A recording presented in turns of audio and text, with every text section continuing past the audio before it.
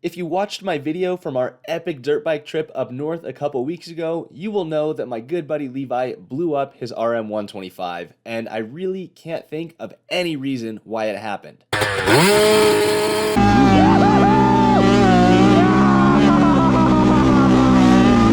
Got the poor old girl back. Gonna have to rebuild this thing, eh? Got a strong heart, but not strong enough. So, being the wonderfully caring friend that I am, I told Levi to yank that motor out of the frame and bring it over to my house so that we could rip the engine apart and assess the damage. Time to get this thing torn apart and see what happened to this poor transmission, huh? How's that poor little piston look? Not bad. Not bad. Alrighty, power valve disassembled there. Let's get the cylinder popped off.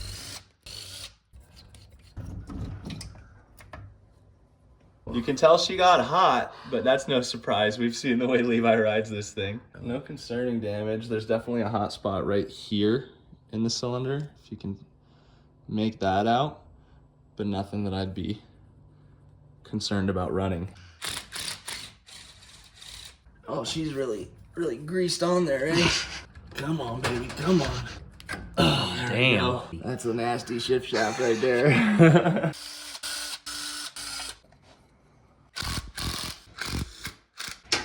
Money you're selling for the TTR is going right into this RM build, right? Right into the RM. I sponsor the homies.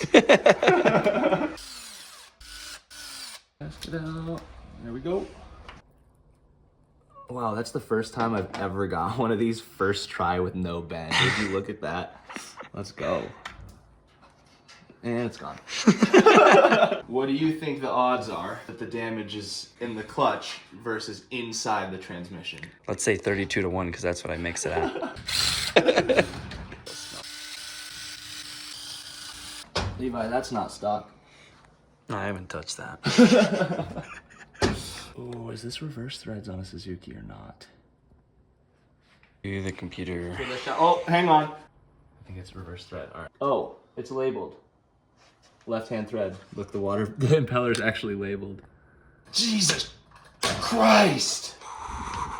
That may have been over spec. I definitely have never touched that because I don't even put anything to spec, so that was beyond.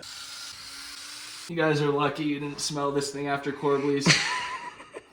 Levi said he didn't want to hurt his 450, so he brought his 125 up the hardest trail in Bozeman.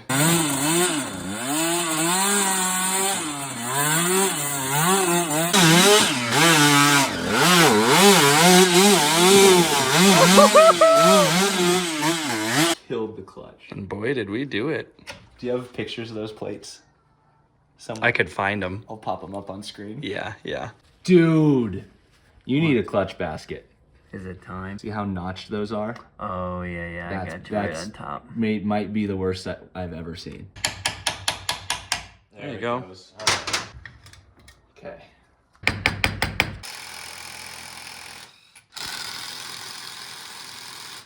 We need a big house.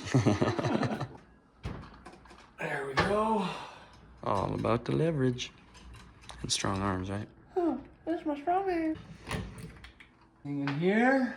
It's your tranny. I mean, we expected this. Yeah. Not being able to shift it at all makes sense. I wonder if this engine's ever been rebuilt. These pretty much always have a washer behind this circlip here. Interesting. And I noticed on your bike, this shaft has always felt to me like it had a little too much play. Loose. Which would make sense because it might be missing that. Shout out Prime MX, JS screwdrivers, no longer slipping on what you think is a Phillips head. They have these on the Prime website. I'll link these in the description. Super worth it. Really like these screwdrivers. Lost a spring there. Don't want to lose those tiny little parts. So this guy, pop right out. We are ready to split some cases. I triple check now that I have all the case bolts because I've tried to split a case with one left before.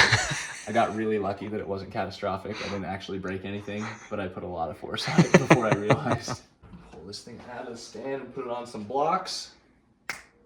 Alrighty, let's get these cases split. Also, we just looked back at this footage and I kind of forgot about my mullet. This is my move for the pipestone kegger last weekend. Give it a good shake.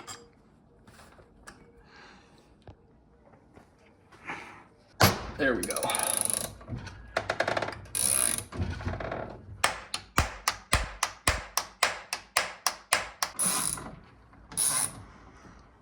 All right, Levi. What are we gonna see here, buddy? The moment. Surprise! No tranny. Wouldn't the world be great with no trannies? What? Can you share the joke that you told me the day I nuked this thing? Or is that not appropriate? Levi's been blowing trannies since before blowing trannies was cool. There she is.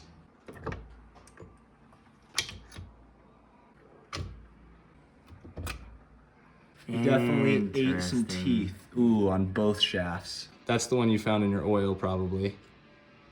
That guy right there. Yep.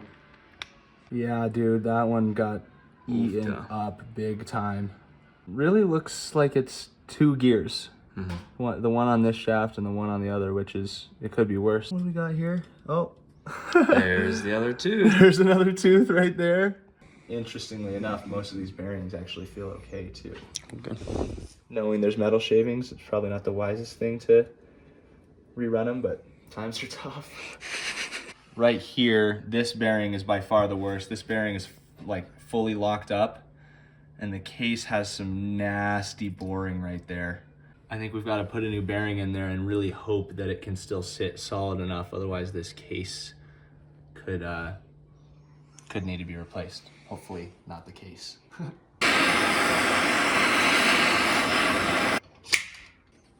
That's not great. But it looks like the main surface where the bearing sits is still flush all the way around. You know what I just keep picturing? You just making it to the top of that hill with your arm pumping your legs off the bike.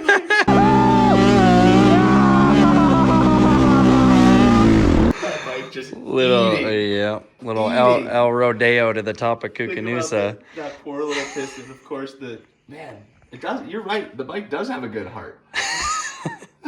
It's the other organs that didn't quite make it. We have turned the shop into a complete mess here, and we have already found the gears we needed on eBay. Try and get this thing ready for Horse Creek, huh? Is that the goal? It's the goal. Trying to race this thing in a 3-hour XC race, huh? She's gonna be singing. Just a couple days later, those new transmission gears arrived from eBay, as well as the bearings and circlips we needed to get the transmission rebuilt. So I disassembled the transmission shafts and replaced those gears so that the transmission should work good as new. From there, I proceeded to lubricate everything up with a little bit of assembly lube, and then I reinstalled the transmission as well as the shift drum and shift forks into the case half. Next up was tackling the damaged area of the other case half. So this is a little bit of a gamble, but I think it's our best bet at saving this case. I'm gonna use a fine Prime MX pad on the Dremel to try and clean out the scoring in here so that the new bearing will sit flush and perform as it should.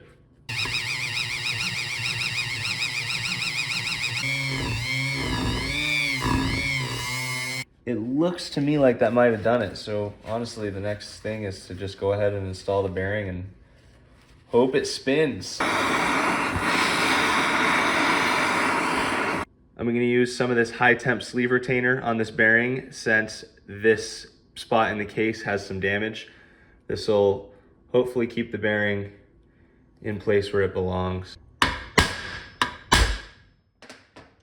I think that's our best chance of success. You can see right here that case damage, you know, is not ideal, but barring replacing the case half itself, I think this is an acceptable thing to try. With the transmission in place, this bearing really shouldn't be able to go anywhere, so hopefully we'll be all right. Alrighty, Levi. It's been about a month and a half since the first part of the engine rebuild was filmed. What happened?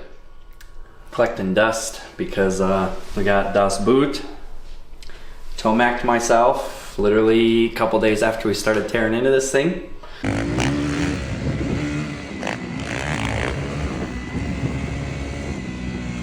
I'm on the mend now, but working on just getting this thing put back together so a new owner can have some fun with it.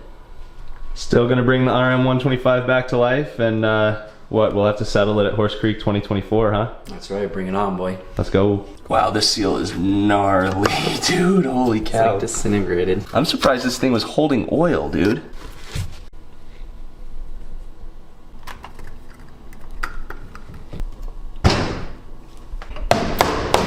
Cases are back, baby. Crank spins. Transmission spins. We're looking good. So I got this sprocket right here from Dirt Tricks for my RM125 build, but with the case saver I was using, it wouldn't fit. But as you can see here, Levi's front sprocket is pretty chewed, so we're finally gonna put this nice one from Dirt Tricks to use, just going from a 12 to a 13 on this motor. It's been waiting for its time. So as you guys may have seen, disassembling this engine, whoever put it together left so many bolts that were under torqued. We're lucky that more didn't fail looking at it, but we will be using Stuck Nutz thread locker to make sure that everything on this bike stays tight as it should. The reason I'm using Stuck Nutz is because they support local trails. One of the owners of Loctite is actively working to shut down some trails in Colorado, so Stuck Nutz was a brand founded as a result of that, and he's donating a portion of every sale to help support trails. So go buy yourself a bottle of Stuck Nutz. They've got blue medium strength and red high strength thread locker. You can use the code KP10 for 10% off your order. Levi and I reinstalled all of those shift components, and we used medium strength Stuck Nutz thread locker on each of those retainer bolts, and then installed the clutch after that. From here, it was the moment of truth and time to see if the engine would shift through all of the gears. Come on, baby. We've got neutral. We've got a tough shift to first, but then we can get back to neutral. Doesn't actually sound like a click to neutral. And we cannot get the thing to upshift at all. So wondering if a shift fork might be bent and we didn't catch that, or if it might just need lubrication. I've never had a bottom end together that I couldn't shift at all. I've had some that have been really tricky, but I've never had one quite like this. But since we have it all the way together again, we're gonna go ahead and throw the outer clutch cover on, put some oil in it, and see if we can get it to shift. Otherwise, we're ripping it apart again, and then Levi's on his own. Shake it up. Mix up that Shift, two-stroke baby, oil. shift. Bro, what's wrong with this engine? I'm at a bit of a loss. Since we were not able to successfully get the engine to shift through all the gears, we tore it all the way back apart and gave every component a much more thorough inspection, and then installed only the shift components without the transmission, just in order to verify that the shift mechanism was working properly. Doing this test, we were able to confirm that the shift mechanism was functional, both downshifting and upshifting. All right, so we just thoroughly inspected every component here, disassembled, reassembled the transmission multiple times, and pulled all of the shift forks out multiple times. Cannot find anything visibly wrong with any component, and what we've been doing now is trying to get through every gear manually. And there's a couple spots that it kind of sticks, but we pretty much oiled up every component as much as we can and have managed to get it through every single gear. At this point, I think we're gonna put it back together and see if we can get it to shift. That's the next step before going ahead and just replacing all of these shift components. So we'll see what we can find out. Got 6th, 5th, come on 4th. Come on 4th, I know you're in there. She's shy on camera. There, did another one. Okay, now we're in 1st. Okay. Neutral, shaft spin independently. 2nd, 3rd, 4th, 5th. Oh, that's 6. All right. Oh. I think that the shift drum might have been a little cockeyed before, and we went back through the whole transmission and lubed the crap out of it. So I think she's gonna be, I think she's ready. Let's put her back together. Not the day of wrenching we expected, huh, buddy? No. No. That's not a finished RM125 engine. But guess what? It will be, and we made progress. We'll take progress nowadays, so we got a clutch in. What we anticipated that day being an hour or two reassembling the engine and having no issues obviously turned into a whole lot more issues than expected. We had this entire motor apart 3 or 4 different times, disassembling the transmission, inspecting all of the components, and finally, once we assembled it, we were able to get it to go through all the gears despite being rough. So we made the decision to get the motor back together, put it in the bike, and see if this thing would shift when under load. Unfortunately, once the bike was back together, just like it was doing the first time we had the motor back together on the bench, it will only shift to first gear and neutral. Obviously, we hoped to have this bike back together months ago so Levi could enjoy it for the summer, but due to Levi's injury and the fact that him and Shay are moving so that he can go to nursing school, the way the timeline worked out, Levi needs the bike gone. At this point, I am invested in this project and really want to figure out exactly why this thing won't shift and how to fix it. So I ended up buying the RM125 from Levi for $1,000. So this is not the last you'll see of this bike. I'm going to rip this motor back apart, do some further problem solving, and get this thing shifting once again.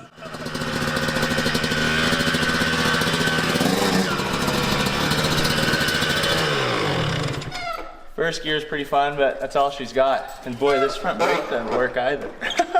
Levi's ridden this thing way faster than anyone should ever be. Ever to be on that thing. Watch out, Mac, it's at. Oh, leaky forks, dude? We ain't using a fork saver ever. Bro! Just clean it off. I'd only have paid you $900 if I knew the left fork was leaking. Can I tell you my favorite story from this bike though, other than Corblease? We were all out at Raidersburg. It was with Matt, and when Matt and I were just kind of battling, duking back, and well, Matt was clearly whooping my ass. Around, yeah. But we put in a bunch of motos on that big turn track that we had made, up and around the hill. Yeah. And I finally stopped just for like a quick water break and realized that my front tire was flat. And I bet you I had just got done motoing for like 15 or 20 minutes. So if the front rim's a little out of true, it may have been from some boulders at the turn. I maybe should have done a more thorough inspection on this thing. He probably ran that thing flat. Hey, it runs. Oh, it was flat for a while. Yep, it runs first gear only, brother. All right, Levi. Hey, We'll get her going.